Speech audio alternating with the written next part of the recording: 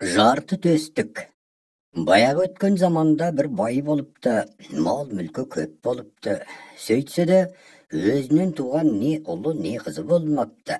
Әйелімен екеуі қарт болыпты. Bir күні шал отырып: "Әй, сен де мен де қарт болуға айналдық. Енді біз өлсек осы мал мүлікке кім ие болады? Одан да жүр. Малдың да дүниенің де керегі жоқ. Құдайдан бала сұрап, әулиеге түнейік" деді. Кемпір де оған көне қалды.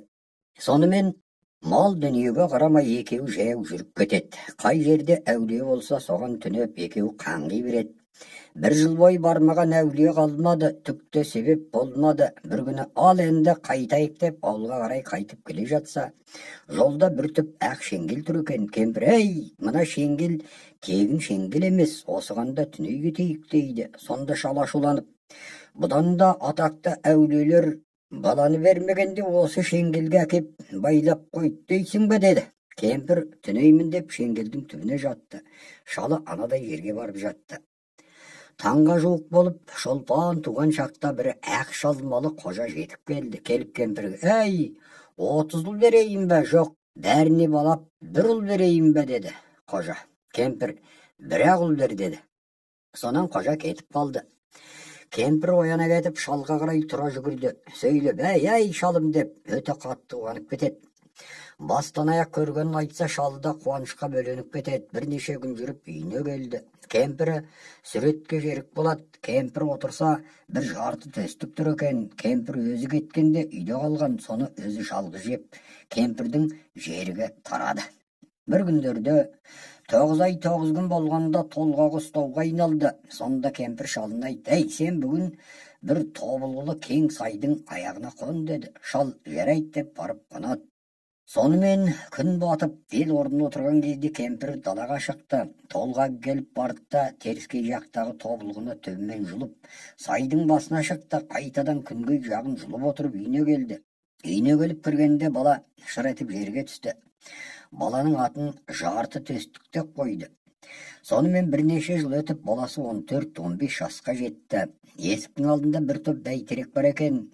Төбі біреу, басы екеу екен. Соған әкесі ертең ерте шықса, түсте түседі, түстен кейін шықса, кешке түседі екен. Bir күні баласы: "Әке, сіз осы ағашқа күнде шығасыз, онда не бар?" деп сұрады. Әкесі: "Ой, балам-ай, не бар дейсің?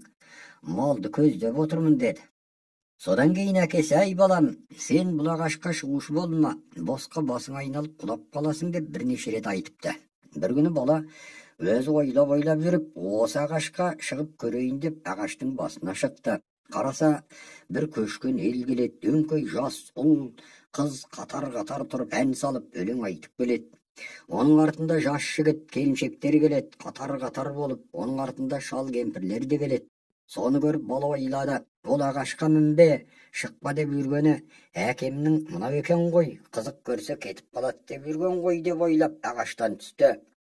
Кешке көргенін әкесіне айтты. Сонда әкесі: "Ой балам, ол көргенің өтіп бара жатқан дүниенің сағымы. Оған тірі адам түгіл, өлген адам да жетпейді" деді. Оған бала бой бермеді, кетпек болды. Сонан соң әкесі: "Бұл енді тоқтамайды" деді. Елінде 11 сыншы бар екен, соны шақырып алып: "Менің балама күні-түні мініп шабуына жарайтын ат бар ма?" деп айтты. 11 сыншы жылқылардың алды-артынан қарап көріп, соңынан келген бір құланды бір түске дейін ғана мінуге жарайды деді. Bir сыншы жерге жатып, құлағын салып, тыңдап, жердің 7 қабат астында жалғыз көзінің қой мойынды құлаш құлағы бар, сол жарайды деді. Сонда жарты төстік: "Не ана жер астындағы қой мойынды құлаш олақты алам, не ана өлең айтып көшкен елге барам" деп етек жеңін түріпті де жаяу жөнеліпті. Bir үлкен ағаштың түбіне келіп қараса, ағаштың басында бір құстың 2 балапаны отыр екен. Бірінің үлкендігі отау үйде екен. Соны көріп жатып ұйықтап кетіпті.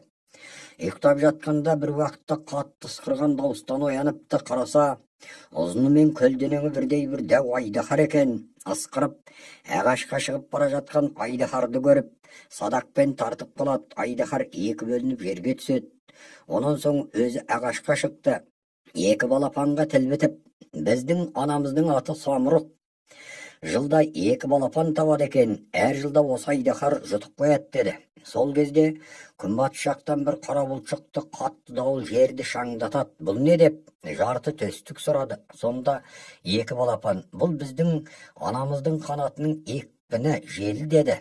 Осы кезде жауын жауып кетті. Жарты төстік, бұл қалай дегенде балапан, анамыздың көз жасы, жылда бала тапсам да бір ілеспей қойды деп жылаған деді. Тағы бір уақытта жапалақ қар жауды. Бұл не дегенде балапан, анамыздың қуанып қарқ күлгені деді. Құс келіп ағаш басына қонғанда үйдің жуандығындай ағаш иіліп жерге тиді. Сонда екі балапан шу ете қалыпты. Ана, досыңды көрсетейін бе, дұшпаныңды көрсетейін бе деді. Сонда анасы, дұшпанды көрсет деді.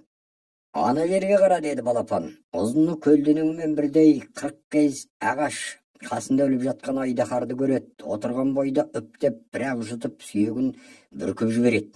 Ал енді досым қайда деді. Ана міне деп жарты төстікті көрсетті. Онда үптеп тағы да жұтты. Екі балапан шырылдап анасының тамағына жабысты. Сонда ол әқ деп жерге тастай салды. О балапаным ай, жол жүріп ару ашып кетіппін, 1000 кісілік күш пайда болсын деп едім деп жерге тастай салды. Сонда самұрық құс, ал балам, жолың болсын, қайдан келесің, қайда барасың деп сұрады. Жарты төстік айтты, қатар көшіп бара жатқан ел көрдім. Бірінші өңкей ұл-қыз ән салып кетіп барады, екінші жігіт келіншектер, үшінші қарттар, кемпірлер, бәрі де өлең айтып кетіп барады. Соларды іздеп келемін. Содан кейін жердің астындағы жалғыз көзінің қой мойынды құлаш олағын іздеп келемін деді. Сонда самұрық құс айтты, о досым, бірінші іздеп келе жатқаның ел, ол өтіп бара жатқан дүниенің гүлі сағым. Оған тірі түгіл өлді қосылмайды деді. Ал енді ана жер астындағы жалғыз көздің қой мойынды құлаш олағын алам десең алып барайын, бірақ менің әлім келмейді. Ал енді 40 мес су, 40 мес ет тап, бұның соң 7 қабат жер астына алып барам деді. Жарайды деп күнді жайлатып, бұрын соқтырып, ағаштың түбі ғана ашық болды. Бір жағынан бұлаң келді бұлаңдап, бір жағынан құлан келді қылаңдап. Келгенін атып қыра берді. 80 күнге толғында күнді ашылып кетті. 40 мес ет, 40 мес суды дайындады. Самұрық келіп, ал үстіме арт өзіңді. Еп көзіңді жұм ашпа, бұлай қарасам аузыма суды құй, бұлай қарасам аузыма ет сал деді. Сонымен самұрық құс баланы алып ұшты. Бұлай қарағанда суды құйып, бұлай қарағанда ет сала берді. Бір жерде ал көзіңді аш деді. Ашса, үсті бұ сияқты, асты су сияқты жерде отыр екен. Тағы ұшты, бір уақыт ал көзіңді аш деді. Ашып қараса жерге түсіпті. Сонда самұрық бір тал қанатын жұлып берді. Аман сау бол, қайтатын болсаң, осы қанатты тұтат, мен дайын болам. Ана төбенің астындағы жалғыз көздігі өзің бар деп самұрық ұшып кетті. Төстік келсе жалғыз көзді ұйықтап жатыр екен. Бір ұйықтаса 40 күн 40 түн ұйықтайды екен. Бір ат басындай шоқпарды алып басына бір қойыпты. О, мына жердің бүргесін ай деп дәу бір сипап қойды жата берді. Сонда жарты төстік ерімен тұрған қой мойынды құлатқа барды. Ат оқыранып жарты төстікті иіскеледі. Жарты төстік аттың арқанын алды. Ұйықтап жатқан жалғыз көздің аяғынан байлап алып атқа мініп тақымға салып ала жөнелді. Тауға да тасқа да соқты. Етін ілінген бұта тас қазандай қып жұлып алып жатты. Құр сүйектері ғана қалды. Сонда әй бала, ең болмаса басымды бір көтерші деді жалғыз көзді. Жарты төстік ойлады, енді сүйектен басқа не қалды? Арманда кетпесін деп тоқтады, аяғын шешті, басын көтерді. Оу бала, кел бер деп көліп алса кетеді. Сонда бар денесімен басып баланы жығар болды. Сонда қой мойынды құлат келіп, жалғыз көзіні қос аяқтап теуіп жібереді. Дәудің екі жілігі сынып барып құлайды. Сонда басын кесіп алады да өзі атқа мініп алып қатты шапты. Қуанышы қойнына сыймай, қалай болса солай шаба жөнелді. Сөйтіп шауып келе жатса, алдында бір шал мен кемпір ағаш соқамен жерді айдап жатыр екен. Екі өгіздің басын кемпірі жетелеп, шалы соқасын ұстап жүр екен. Жарты төстік келіп сәлем берді. Сонда шал мен кемпір, ойбай балам, ақырын сөйле, ақырын деді. Сонда жарты төстік шал мен кемпірге, о не бар қатты сөйлесе деді. Сонда шал, ойбай-ау, бұл жерде тажал бар деді. Ол не деп сұрады. Осы жерде бір айдаһар бар, бір ұйықтаса 40 күн 40 түн ұйықтайды. Егерде оянып кетсе, осы аймақтағын бірақ жұтып береді. Малды да, адамды да, барлығын да жұтады. Бұл қашан ұйықтағанда біз келіп егін саламыз, екінші ұйықтағанда суғарамыз, үшінші ұйықтағанда орып жинаймыз, өстіп күн көреміз деді. Сонда төстік тұрып, бар даусымен айғай салды. Сол кезде айдаһар оянып кетіп, ысқырып аузын ашып, ішіне қарай тартты. Сол жердегі мал болсын, адам болсын, ұшқан құс болсын, жүгірген аң болсын, бәрі де домалап барады. Жарты төстік те өз атымен 3 домалады. Сонда 7 қабат ақ семсерді жазып алып, көлденің ортасынан ұстап тұрып, өзі келіп айдаһардың ішіне кіріп кетті. Сонда ол жұта берді. Төстік екі жағынан тіліп, құйрықтан бір-ақ шықты. Айдаһар екі бөлді. Жарты төстік айдаһардың утымен жатып қалды. Елдің малы да, адамы да домалап келді.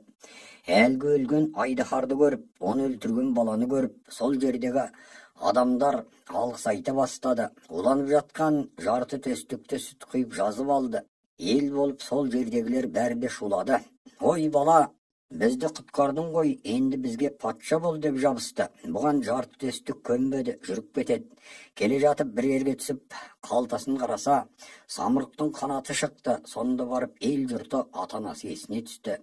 Қанатты тұтатып жібергенде самұрық құс заулап жетіп келді. Самұрық құс келіп, ал енді 40 мес су, 40 мес ет дайында деді. Сол жерді ашық қып қойып, басқа жерге күнді борандатты. Ашық жерге қарай аңдар заулап топ-топ болып келіп жата берді. Келгеніне 80 күн толғанда күн ашылды. 40 мес ет, 40 мес су дайын болды. Соның бәрін әкеп самұрыққа артты. Өзімен бірге аты да самұрыққа мінді. Құс ұшып келеді. Бұлай қараса суды құйып, бұлай қараса ет аузына салып келеді. Ет те суда таусылды. О не бар, жүрегім ауырып төмендеп барам дейді самұрық. Сонда жарты төстік құсқа 2 қоң етін кесіп береді. Аш көзіңді деді, ашып жіберсе, жердің бетіне келіпті. Өзі көрген ағаштың түбіне келген екен. Сонда самұрық, жаңағы етті қайдан алдың, тәтті екен дейді. Жарты төстік айтты, мына 2 қоң етім ғой деді. Қайсы көрсетші деді. Міне деп ашып көрсетті. Сонда самұрық, түу деп бір түкіргенде қоң еті қайтадан орнына түсіп жазылып кетеді. Сонда самұрық, ал досым, мен достық парыздан құтылдым ба деді. Жарты төстік, иә досым, құтылдың деді. Сонда самұрық құс айтты, сен өзің бардағы айттырған қалыңдығыңды бүгін тойғып алайын деп жатыр. Жолында көресің, және өз еліңді қалмақ шауып жатыр деп бәрінді айтты. Сонымен жарты төстік атқа мініп жүріп кетті. Келе жатса, алдында 6 құлаш алабайтал тұр екен, оны ұстап алады. Жетелеп келе жатса, бір жиын тойға кездеседі. Бұл кімнің той деп сұрады. Сонда біреу айтыпты, бұл той жарты төстіктің алам деп құда түскен қалыңдығы еді. Ол өзі жынды болып қаңғып кетіп жоқ болған еді. Енді бүгін тойғып соны басқа біреуге берейін деп жатыр деді. Бұған ашуланған жарты төстік шауып келіп, ауылға әкел қалыңдығымды деп айғай салады. Даусы жерді жарады. Жиналған жұрт қорқып кетті. Даусы ащы екен дейді. Шауып келіп қалыңдығын 6 құлаш алабайталға мінгізіп алып кетеді. Сонымен жүріп отырып еліне келсе, елі қырылып жатыр екен. Қаптап жүрген қалың қалмақпен жалғыз өзі соғыспақ болды. Ал сен осылай тұр деп әйелін айтты да, 7 құлаш ақ семсерін жазып алып айқасты. Көзін жұмып оңды солды семсермен қыра берді. Қалмақтар қаша берді. Бір уақытта біреу, ой балам, көзіңді аш деді. Көзін ашып қараса, алдында бір қожа тұр екен. Әй балам, ана жерде атаңның сирағы жатыр, ана жерде анаңның қолы жатыр. Соны тазалап жуып, арулап көм дейді да қожа жоқ болады. Ол қожа жарты төстіктің анасына бір түп шеңгелдің түбінде кездескен қожа екен. Онан соң жарты төстік елін жинап алды да қалған еліне ие болып тұра берді.